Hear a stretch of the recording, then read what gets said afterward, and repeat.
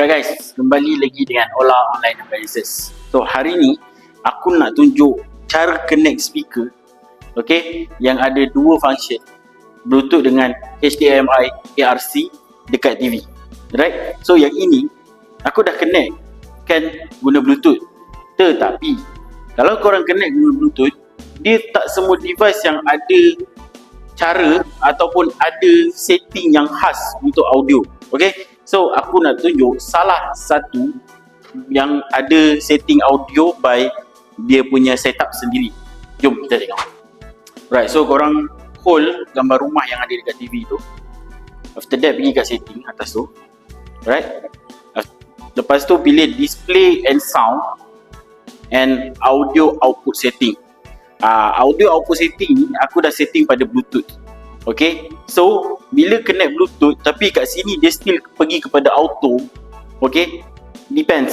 Ada masa dia boleh connect, ada masa dia tak boleh connect. Bermaksud speaker dengan TV memang dah connect by audio, by Bluetooth, tapi bukan pada audio.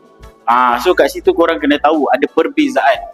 Right, so yang ini aku dah connect by Bluetooth, so just keluar je. Okay, and aku boleh terus play. Sekejap, dia keluar. Okay, and play. So kat sini aku dah connect by Bluetooth. Okay, and remote untuk speaker pun dia dah bagi. Kat sini korang tengok kan. Okay, alright. So dia ada kat sini Bluetooth and HDMI ARC. Okay, untuk HDMI ARC pula aku tunjuk cara yang betul untuk korang connect. Alright, let's go. Alright, so untuk HDMI ARC korang tekan dulu. Okay, dekat speaker ni dia ada digital LED kat sini.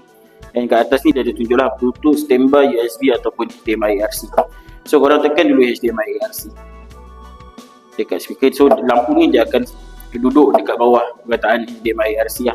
Okay, so korang ambil HDMI cable yang dah korang cucuk tadi dekat belakang TV. And dekat belakang TV pun nanti aku tunjuk bahagian mana yang patut korang cucuk. Okay, yang ini korang cucuk je macam biasa dekat belakang speaker. Okay, yang ni aku dah cucuk. Okay, macam korang tengok aku dah cucuk clean kan. Tetapi untuk bahagian belakang TV ada input dia yang sebetulnya. Let's go. Right, so untuk bahagian belakang TV dekat belakang ni ada 3 HDMI sahaja, HDMI service, dan lagi satu HDMI eARC dan juga ARC. So kat situ korang kena pastikan bila speaker kata connect HDMI ARC, so dekat belakang TV pun sama. So cucuk je macam biasa, and kita baru boleh set up dekat TV pula. Let's go. Okay, untuk dekat TV punya setup, so korang tekan je gambar rumah ni lagi sekali dalam. Pergi kat setting. Benda yang sama korang repeat untuk tengok pada bahagian audio output. Kat sini korang boleh tengok ARC. So korang tekan ARC, and after that dia akan nampak dekat situ. Okay,